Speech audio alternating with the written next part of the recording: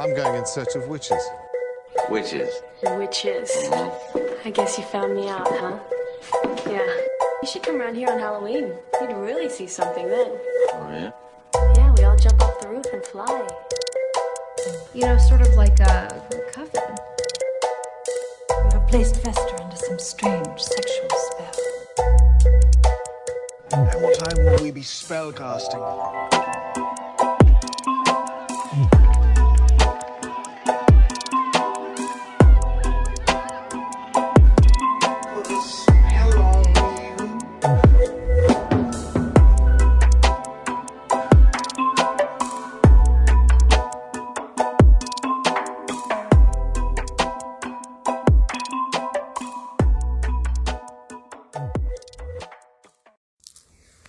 Hey, what's up, witches, and welcome to Moonstone Witchery, the podcast where we talk about spirituality in a modern context. My name is Rian Lockard, and I am the head witch over here at Moonstone Witchery.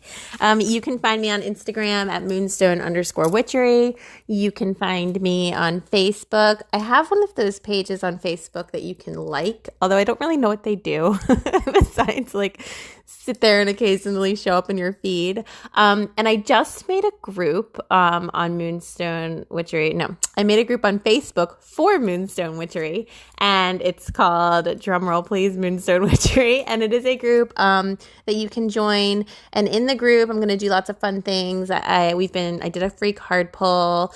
We've been talking about our altar spaces and sharing photos of those, and we've going to be talking about our favorite decks. We chatted about our favorite day of the week, and we talked about what we were doing for the most recent full moon. It's just generally a place where you can come hang out with other spiritual, witchy people and have a good time. So find me and join me there if you are into Facebook, which I know not everybody is at the moment. So that said, let's get to it. I've gotten so many nice messages since my last podcast episode went up, and I have to say that I have a Pisces moon, so I cry at like all of these nice messages that I'm getting, and I'm so grateful to each of you who have reached out. It helps me to continue going, and it helps me to know that I'm finding my people, that my people are out there. You guys are out there, and we're able to connect through the podcast and through our shared love of spirituality and magic and all of that good stuff. And I'm really grateful to each one of you who has reached out to me. Somebody sent me a message, and actually this has come up about 4 times. 3 is my maximum number of times something needs to come out, like to come up before I will do something about it. 4 is like, okay, all right, I'm hearing it. Usually I try to take action when I notice something repeating just twice. So message received, universe, like here I am recording this podcast. So what we're going to talk about today is where to begin when you have a background that is not so friendly towards witch work or even just like alternative spiritual practices, because a lot of people were raised in more of a rigid or strict kind of environment where they were taught that, you know, there's one way run. Oh my goodness, there is one right way to speak to God. There's one right way to practice spirituality. There's one series of events, like one sequence of things that you should be doing to communicate with spirit. I've talked about this before. You know, one of my problems with organized religion, oh my God, I have a couple problems. And I feel like, disclaimer alert, like I feel like I'm allowed to have problems like this without being offensive, because my intention, number one, is not to offend anybody who does believe and follow an organized religion. Organized religion is not for me, but that doesn't mean it's not for you. And I don't judge anybody for anything that they do or anything that they believe. For me, one of the problems that I had with organized religion was, and my disclaimer is that I feel like I'm allowed to do this because I am an ordained interfaith minister. I did multiple years in seminary where I learned about all the major world religions, and therefore I happen to know that there's so much more in common amongst them all than what divides them apart from each other. But aside from that, I have a really well-versed background in understanding and organized religion of all kinds. And because of that, I feel like I can approach this topic without kind of making anybody feel bad or being judgy or putting it down, but to just sort of have an honest dialogue, have some communication around this subject. And so I keep receiving messages from people that are like, well, I was raised Christian or Catholic or of any kind of faith that has very specific structured beliefs around magic and witchcraft. And the predominant question I'm getting is like, what do I do about this fact that, number one, it's been like innately ingrained in me that, you know, witch work or spirituality or like even like new age or whatever words you guys like to use is inherently evil or bad or wrong. Like, how can I get over that? And two, like, where do I begin when I have no real upbringing or association with even knowing how to connect in that way? So that's what we're going to sort of talk about today. My problem with this whole thing of organized religion, and I'm going to just talk about like Christianity for a moment, although this does transcend to basically the major Abrahamic religions, which are religions that can trace their origin back to Abraham, and they believe in a monotheistic God, Moses and all of that, and that tends to be Judaism, Islam, and Christianity. So my issue is this, like they tend to say there are certain people who can be the intercessors between you and God. And only those people can really connect to God, whomever God might be. And they have a definite idea of who God is. But they're saying you have to go to a specific building on a specific day. And the day changes depending on which of the religions you're in. And in some religions, it's like every day, whatever. But they say you have to go to a specific place. And there is a certain person there who is innately ordained to communicate with God on your behalf. And it puts all the power, it puts all of the connection into this one person. And first of all, I reject that concept for lots of reasons that I'm going to talk about for a second. But second of all, that's always a man. It's always a male typically it's like a cisgendered heterosexual, if he's allowed to even be sexual, white male that is like standing in the front of a building, and you have to depend on him to access spirit for you. And to me, like, ew, that feels so wrong to me that I like something inside of me shrivels up and dies within itself when I think that's the only way that I'm supposed to be able to communicate with like the divine presence of all that is. Like, ever since I was young, I was just like, what? Because it just doesn't make sense to me. Now, I mean, I am coming from a different place. I am a practicing psychic intuitive as part of my profession, and I've always been able to communicate with my spirit guides and my angels, and I've always been able to remember what life was like on the other side before I was born. So I guess I'm coming at it from like this interesting perspective where I've always known that was incorrect, whereas others have just kind of suspected that was incorrect. But allow me to like validate for you if you've always had this secret sort of like suspicion within you that like perhaps you don't need someone else to communicate with the divine presence of all that is. Perhaps you can do that yourself. Like, yes, stamp that validation on that shit because that is accurate. Sorry, I'm trying not to curse in these podcasts. It's a little challenging for me. But stamp the validation on there. You do not need anybody ever to communicate to the divine source of all that is. You just absolutely don't. So let's get that out of the way. Let's just affirm that. And here's a bit of logic for people who need logic to explain the spiritual side of things, which, by the way, I'm one of those people. I am one of the most skeptical spiritual people you'll encounter, simply because I'm on high alert for people who are kind of throwing around accidentally or intentionally, I don't know, darker or more chaotic energy. So I'm very skeptical about things, but I do want to say, like, if you have always had the sense that, you are able to just communicate with like your creator or the innate kind of life force energy that surrounds us always. I want to allow you to just believe that about yourself. I want to allow you to feel right about that. I want to allow you to know that any being, whether it is omniscient or self-aware or conscious or not, that creates life or that, bestows life or consciousness to the universe is certainly not going to have the caveat that it you can't talk to it or that it is somehow different or other than you. I mean, if we are, let's talk in a Christian bias for a second. If we are all created in the image of the divine, then we are divine, right? And we can therefore communicate with the divine as we would communicate to ourselves. Like Jesus said, I am the way, I am the one, I am the light. You are the light. You have that light within you. When Jesus is saying I, he's referring to the general I, not to the specific I as in himself. He's referring to the general I as in you. You are the way, you are the one, you are the light, you are the path towards yourself. You are the divine force of all that is.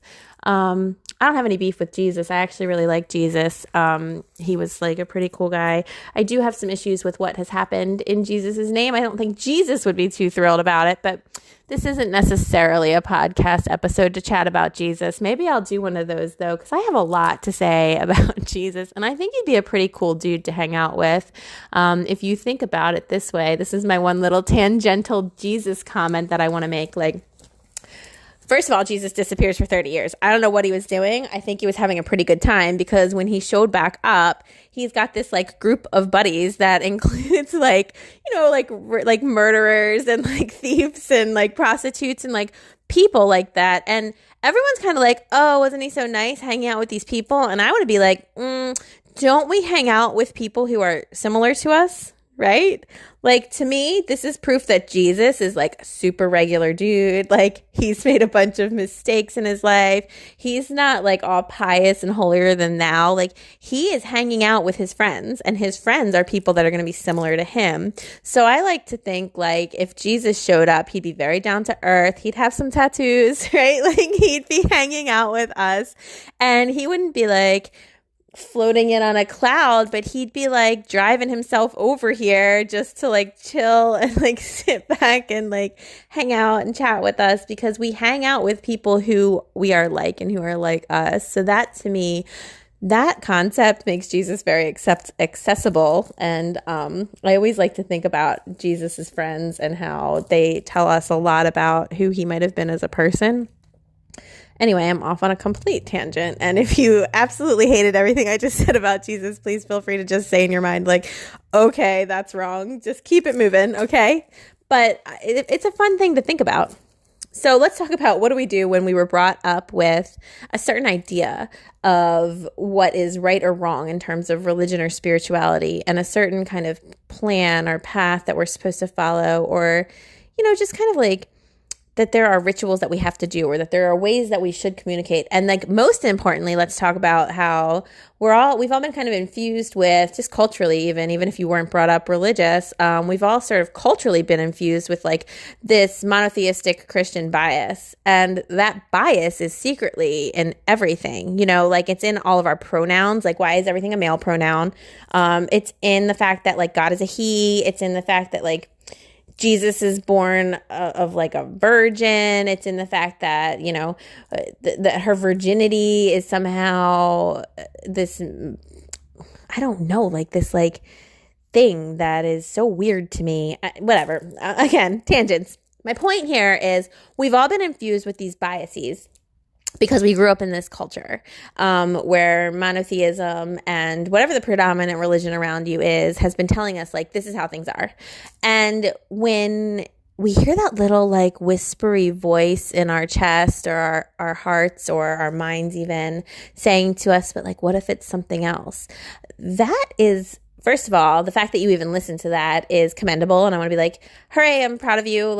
Keep it keep going. Like, let's see where it goes, because that little whisper is your soul talking to you. And it's just like politely and gently nudging you forward. And it's saying, hey, what if something else is going on? Like, what if maybe that's not the whole story? Or what if like these people started off in a good place and we're trying to offer, individuals a different way in which they could connect to spirit, but it kind of got corrupted, like whisper down the line, like over time, it kind of morphed into this whole other thing that sort of became a runaway train that no one could kind of get a hold of. And that's my personal theory on kind of what's going on with religion in today, like the modern era that we're in today. I think it sort of has this runaway train effect.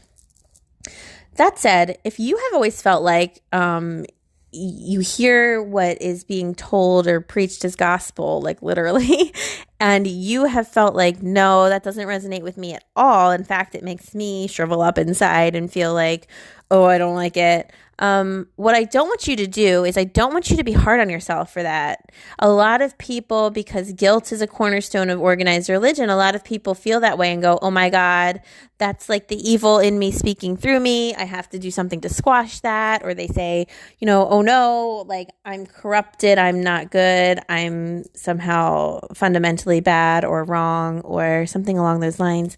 And I want to remove that for you. And I want to just say to you, like, first of all, an idea can't make you inherently bad or wrong. It's an idea. It's a thought. It's not just like cake is not inherently bad or wrong, but like our consumerist culture wants us to think that eating cake is somehow terrible because it'll like make us gain weight and then we won't look like this ideal like form that we're supposed to have or whatever. Like objectively, we understand like there's no morality assigned to food. And yet if we sit there and eat cake, we somehow feel bad about ourselves when really, by the way, eating cake is something that we should be like really excited about and like celebrate whenever we get to do it.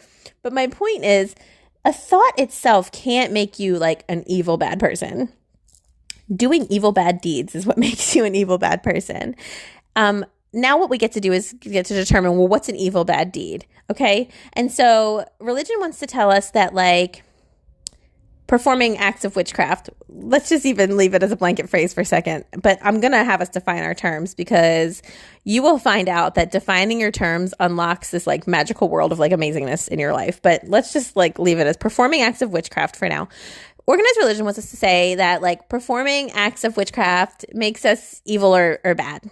Okay. Well, I want to break that down because if I'm doing something with love in my heart, seriously, like pure, beautiful, magical, like the essence of love in my heart, how could I, and this is a question I want you to actually think about, and I want you to actually, if you are struggling with this topic, I want you to think about this question and answer it for yourself, because ultimately I can tell you everything. I could talk till I'm blue in the face, which trust me, I do. I could talk about whatever. But what I want you to do is to like sit with yourself, because me telling you something is dramatically different than you coming to the same conclusion or any conclusion on your own. So ask yourself this question. If you are doing something with love and light and positivity and just like beautiful energy within you, how can it be evil and wrong?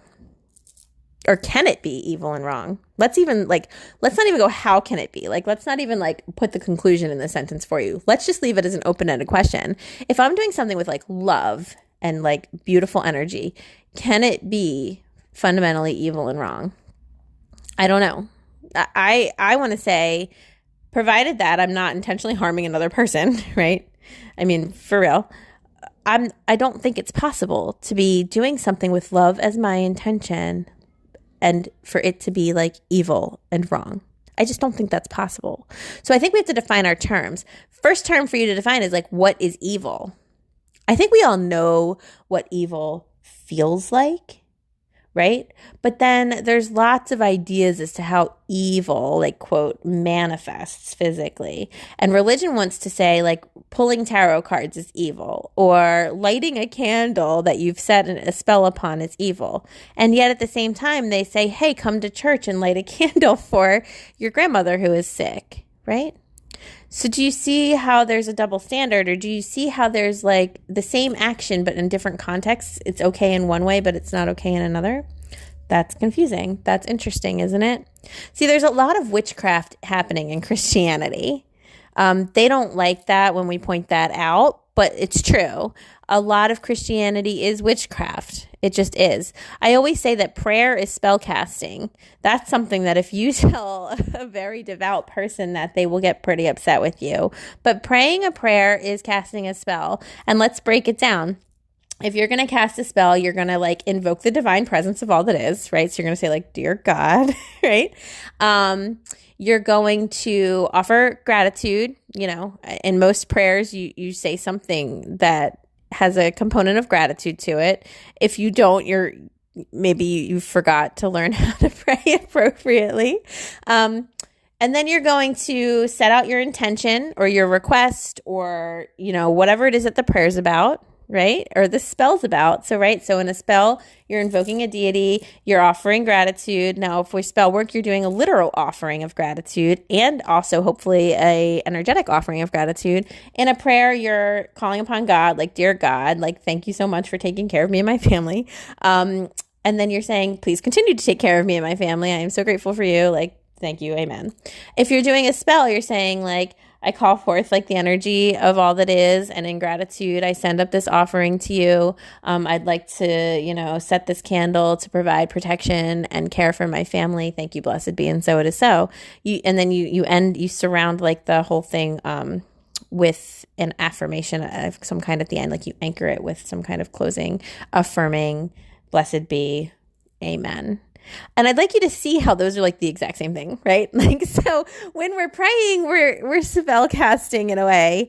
When we're talking to our guides, when we're setting an intention upon a candle, when we're, you know, whispering to our guardian angels that we hope something goes a certain way, we are putting out positive energy. And there's not a lot of difference between doing that in a religious context and doing it in a witchcraft context. So what do we do when we have come to the conclusion like, okay, I feel like kind of trapped and boxed in by organized religion's idea of how I should be practicing. It doesn't resonate with me, whether it's because I don't like the restrictions, I don't like the judgment that they have against sexual orientation. Maybe it's that we don't like the gender biases that are inherent in religious systems. Maybe it's because we don't like that they turned a blind eye to certain, you know, matters of abuse or something like that. Maybe it's because we don't like the outdated nature of it, or we don't like the gathering in certain places on certain days of the week, whatever it might be. I don't know. If there are things about organized religion that just aren't resonating with you, but things about witch work or even just spiritual work that are resonating with you, and you're feeling really hung up on the self-judgment that has been kind of ingrained within you over time, I want you to break it down. I want you to say to yourself, like, first of all, what kind of God is going to, let's do this. Let's wander down the thought path. If they're right and God has created us in, let's even just do it. I'm like choking on the words. It's like hard for me to say. If God has created us in his image, feels gross to me. Why can't we say their image? Why would God even have a gender? I don't understand why God would even have a gender, to be honest with you. But okay, rant aside. If God created us in his image, why would he create somebody that is interested in witchcraft if God himself isn't like low-key into witchcraft, right? Like, isn't God then on the DL about being a witch? Like, this is what I'm trying to say. Like, why would I even have the ability to be into witchcraft if that wasn't part of like God's plan for me? And I hear that like, oh, well, maybe the devil has tempted me, or maybe I'm like, you know, I'm walking towards the other side of evil or whatever. But if I'm outside worshiping a tree and like lighting candles, telling the moon I love her, and just being like in my like feels about how lucky and grateful I am to be alive, and if I'm like blessing every person I see, and I'm sending good energy with my Reiki hands to anybody who's sick or in need, how on earth am I not acting out of love and light and just divine presence? Because for real, that is the energy of all that is. And according to what organized religion believes, like love is supposed to be the most fundamental part of everything. We're supposed to be treating each other like we love each other as if we would want to be treated. We're supposed to be being kind to our neighbors. We're supposed to be offering shelter to those in need. We're supposed to be doing all these really beautiful things that witchcraft has us doing all the time. It's just with different words. And so that's why I said a few minutes ago, like, I want us to define our terms, okay? And this is like a life coaching hack, and this is a witchcraft hack, and this is a life hack in general. A lot of times people are not really sure what it is that they want. They think they know what they want. Like, they think they think they want like permission to practice witchcraft, but they don't actually know maybe even what that means. Or they think they know that it's not okay for them to practice witchcraft, but they haven't actually defined their terms. They haven't actually defined, well, what does witchcraft even mean? I get a lot, maybe I talk about this all the time. I can't remember whether I talk about things on the podcast or just to my clients or who I'm talking about things to. So if I've said this a few times, I'm sorry. But I have been asked recently, like, why is it that you use the word witch for yourself? And I use it because it has a negative connotation. And I am out here saying, yeah, I'm a witch. And then I have had people say, how can you be a witch? This is people who know me in real life or who have come to my talks or my classes. How can you be a witch if you're so sweet and you have such loving energy? Why are you using the word witch? And I said, because that's what a witch is. See, I don't want to change my title because other people have a negative connotation with it. I want other people to get rid of their negative connotation because they've met me and they know a witch is somebody who's actually really like full of like love for the trees and picks up like rocks and acorns and like lights candles and talks to them. That's what I'm trying to do. But I want you to define your terms. I want you to say to yourself, like, religion, spirituality, guidelines and rules aside, like, what feels true to me? What feels true in my heart of hearts about what I believe is the nature of the world? You know, small topics of conversation just for your afternoon. But seriously, what feels true to me? See, when I was growing up, I was brought up in a traumatic, whatever. It was traumatic. All I knew in my heart was that the things I had been taught absolutely felt wrong to me. I don't need to get into what those things were, but I knew that I had been taught the world was one way and it wasn't like nice and warm and inviting and beautiful energy. And I had this innate inner voice that just whispered to me all the time. And it said, what if it's not like that though? What if the world is beautiful? What if like everyone's not out to get you? What if the core of every person is just love? And what if everybody just wants love and wants to give love and wants to receive love? And what if everything's just about love? And that felt so true to me that I was like, I can't do anything but believe that. And so I formulated my life around that, and I had to like re-raise myself. I had to reteach myself everything I knew because I wanted to live a life that was in alignment with that fundamental truth. And I had to learn how to live that way because boy, was I not taught how to live that way. And it took a while, but that's what felt right to me. That's what that voice was whispering to me. And I think that if you're listening to this, some kind of similar message is being whispered to you too.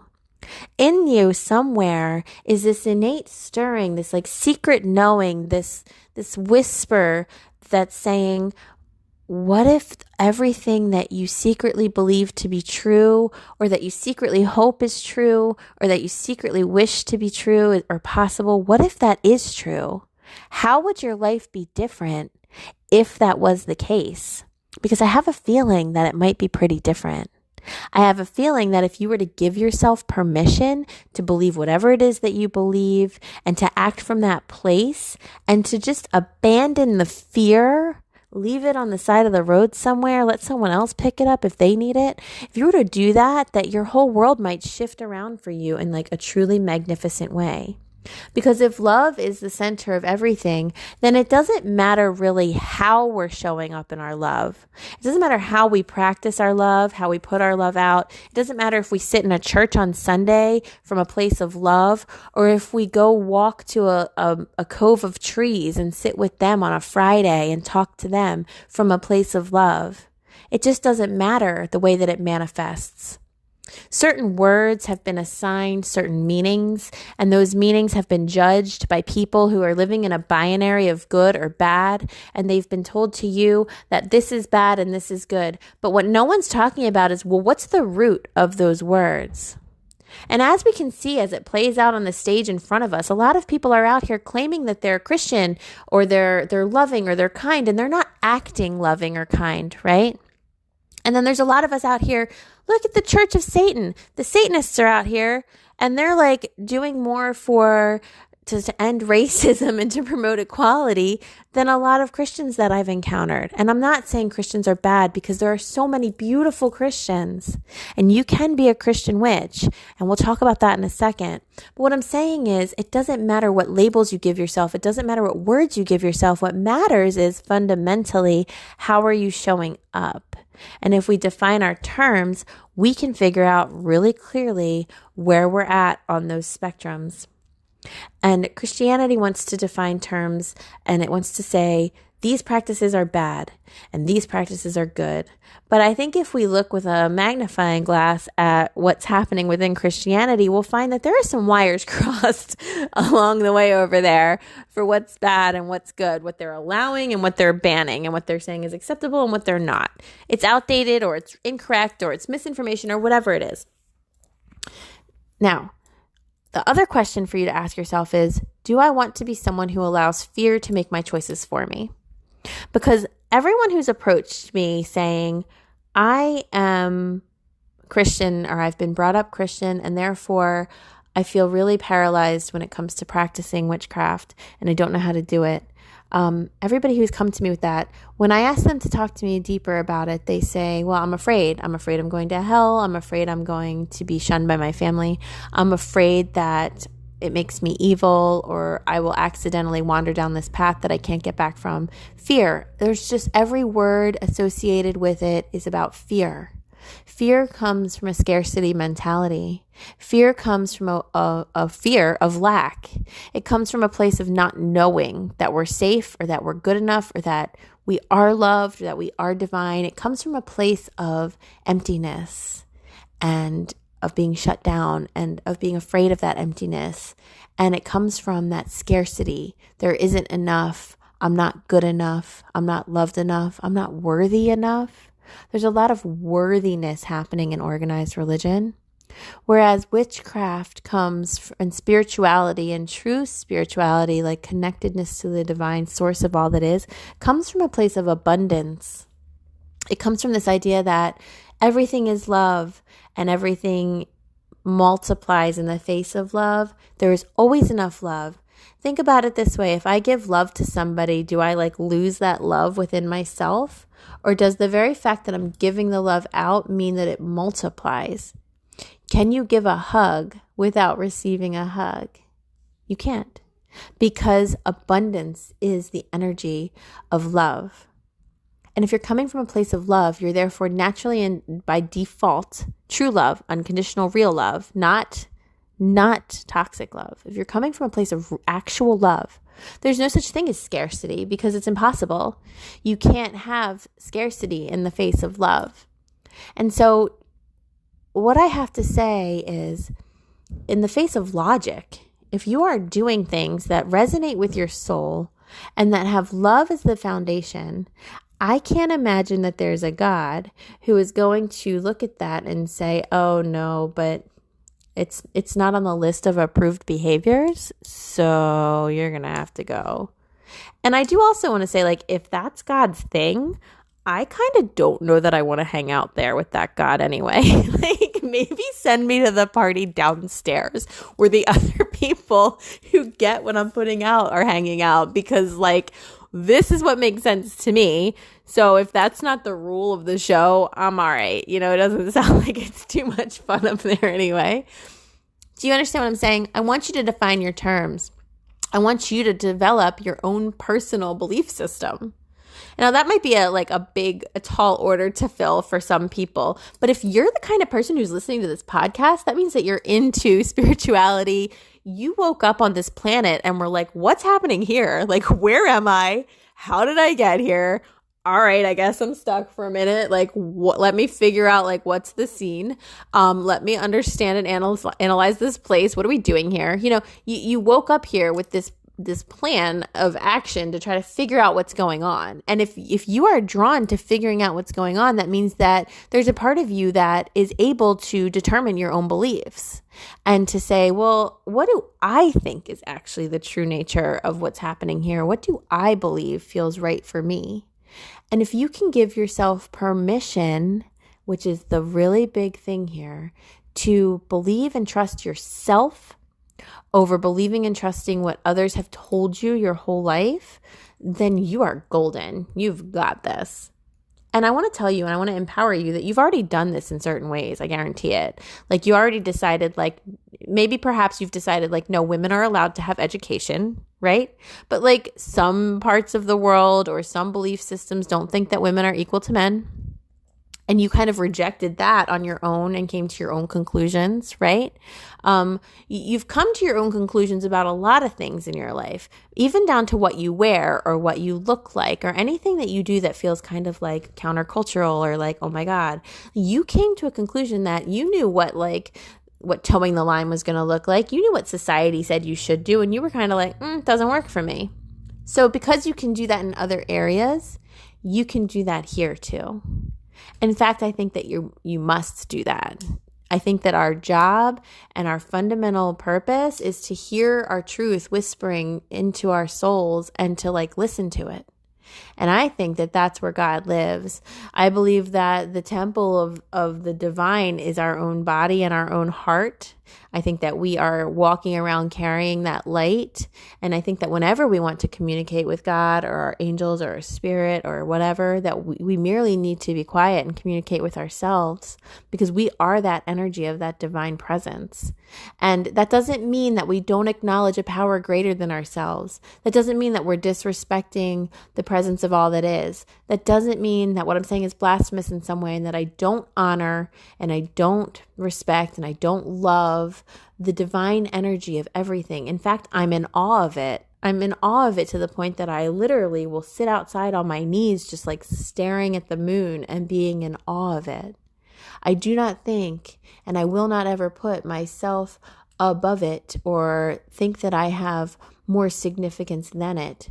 I am simply saying we are in a beautiful dance with the divine. We are co-creating our reality. The presence of the divine force of all that is has asked us to do that. And so that is the essence of witchcraft, by the way. When I define witchcraft, I say, a witch is somebody who knows that she is able to use the energy around her to create a reality that she deems necessary. That's pretty powerful. And it's just simply by realizing that we have this beautiful divine light within us that Jesus himself told us about. And then it's our job and our duty, if we've been gifted with this light, it's our job and our duty to use it and to share it and to manifest beautiful, loving energy and to share that with everybody around us. Now, I've kind of gone off on this like whole spiel, but my point here is if you are trying to figure out within yourself, like, how can I transition from a rigid Christian upbringing to a more spiritual, like, life practice or way of living in the world? A few things have to happen. One, you need to define what it is that you believe in. You have to get clear with yourself. What do you yourself believe in? And two, then you formulate your practice around that belief system that you hold. So certain things from your organized religious upbringing of choice might resonate with you still. That's awesome. Please keep those things. Other things might not resonate with you. So I want to give you permission to not keep those things. We all have to modify the infrastructure in which we are living in. We all have to modify it so that we are able to live within it. The most pain comes from us trying to modify ourselves rather than us trying to modify the infrastructure around us. We cannot modify our truest selves and ever find true happiness and peace within ourselves. Pain comes from forcing ourselves to be something we're not. Anxiety comes from trying to make ourselves be someone we're not. It is so hard to live a lovely, beautiful, connected, okay life if we are forcing ourselves to be something or someone we're not. I would much prefer you to modify the external structures around you to fit you than for you to ever try to distort your beautiful self into fitting into something external to you. So you can maintain Christianity and you can make it work for you. And honestly, if you look enough, you'll start to see that Christianity is witchy AF. Like, it sure is. I mean, not even like the things that they brought in from paganism, like putting a tree in your house, all these things we know. Putting a tree in your house at Christmas, very super pagan. Holly leaves, pagan. All of these things, like, I'm not even going to touch it. But I'm just going to say, taking in the body and blood of Christ, yo, that is some dark witchcraft right there. That is some witchcraft that even I wouldn't do. But whatever. That's all right. Everybody does their own thing. I'm just saying, though. Do you hear it? My point is, there's a lot of witchy practices, lighting candles, whispering prayers, praying on prayer beads. Prayer beads are so ancient and across all cultures. They have the rosary in Christianity. They have mala beads. Prayer beads are so ancient. My point here is you can pick and choose what things resonate with you. You can still choose to believe in the Christian pantheon, the God that exists there, whether it's just the one God and then Jesus, or if it's the Trinity or whatever works for you. You are allowed to modify. And if none of it resonates with you, that's okay too.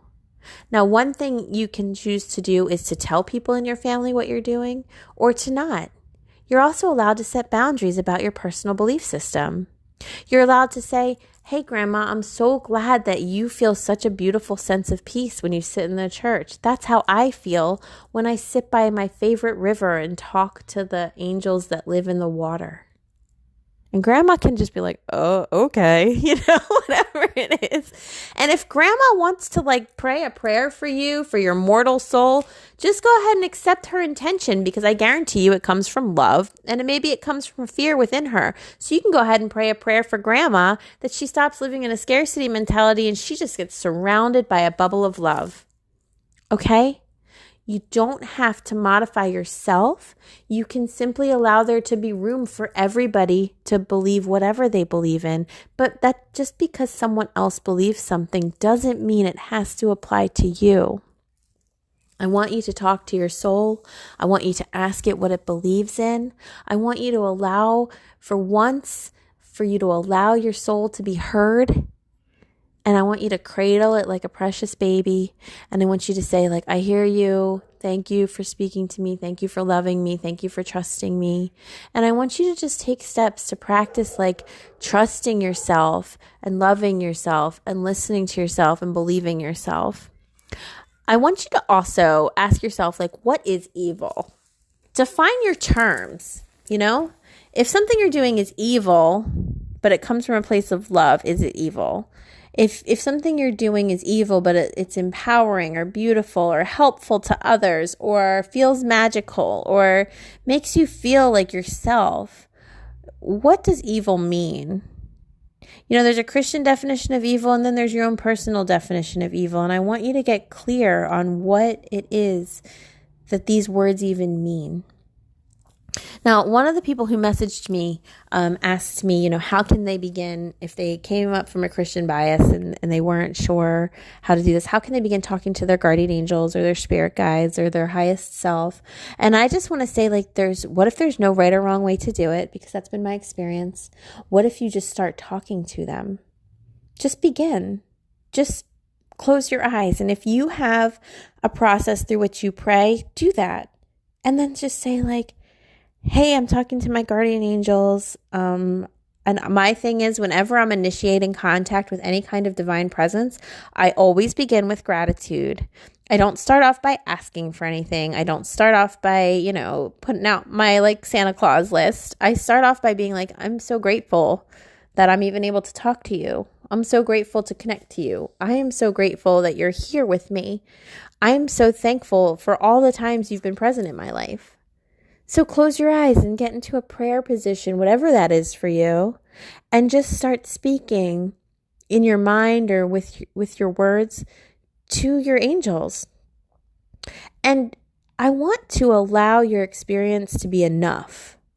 Whether you feel something or don't, whether you receive a response or don't, whether you feel like they're hearing you or you get a mental image or you don't, it's still enough. The practice of doing it matters. And the more you do it, the more it gets built up and the better it gets and the easier it becomes for you. There's no right or wrong way.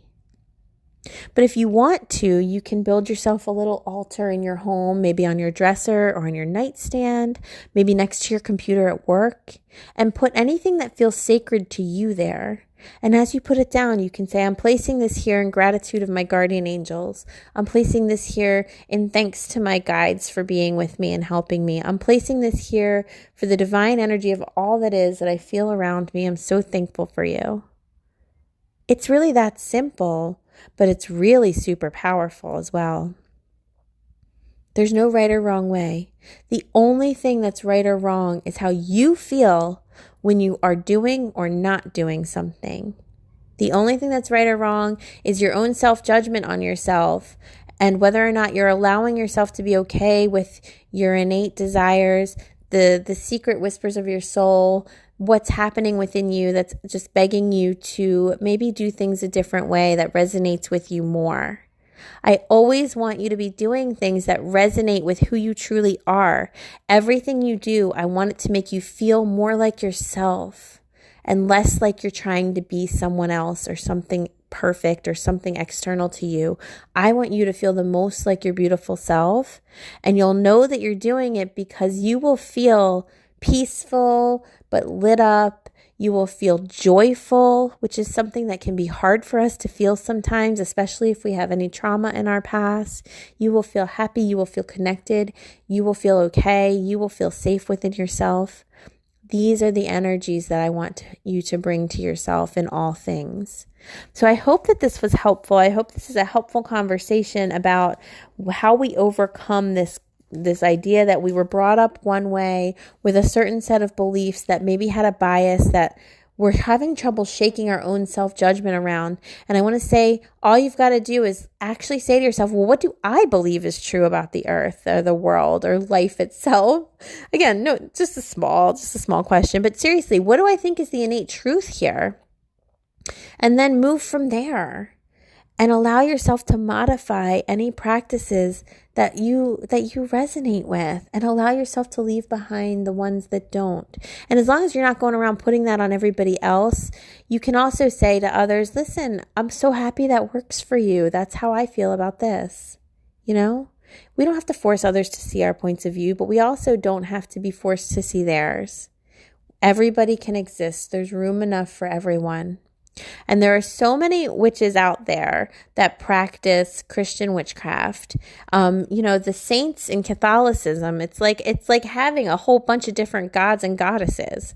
Catholicism is so very witchy that it's just almost to me like, are you sure you're monotheistic? Like, I know they are, but I'm just saying, like, there's so much, there's a lot of parallels there. Same with voodoo. I mean, in voodoo and hoodoo practices, they're using the Book of Psalms. They're using the Bible for their spell work. It's very, very Christian oriented, which just goes to show you can really use anything to achieve any result. It's just always going to be about what resonates with you. But the biggest hurdle is giving yourself permission to allow yourself to do something differently than what you were taught. And you already can do that because I guarantee you're already doing that in other areas of your life. If you were brought up in a homophobic environment and you are not a homophobic person, congratulations, you're doing differently than what you were taught. If you were brought up with like sexism or racism or prejudice in your household and you don't maintain any of those beliefs within yourself, congratulations, you are doing differently than what you were taught. And it's almost easier for you to see it in that context because you're like, well, yeah, but that's not about my very soul. But I would argue that it is. I would argue that all of that's about your very soul and that this is too. So ask yourself what you believe and who you truly are. And if you could prioritize listening to your inner voice over listening to what was kind of thrust upon you by a man at the front of a church, see how that fits for you and see how that sits with you. So this has kind of been a long episode, but I thank you for listening and being here with me if you stuck it out. I want to say, please continue sending me messages if there's something that you want to share with me or something you want to ask me. I am more than willing and so thrilled to hear from you and to converse with you. And if you have any questions that come up from anything that we talked about here, or any feedback for me, or if you have any ideas for something you'd like me to chat about in a future podcast, I'd love to hear from you. You can find me again on Moonstone_Witchery over on Instagram. And try to find my Facebook group and hang out with me over there. Maybe I'll make a post about it and invite you all to it. It'd be great to see you there. And so visit me on moonstonewitchery.com if you would like to see any of the products we currently have. We have a bunch of cool crystals. We have crystal prescription bags. I've got some enchanted keys still available. I got some more in, so I enchanted some keys, and we have a lot of cool stuff going on. So I hope to see you guys in one form or another, and I will be back next week with more fun stuff to chat about.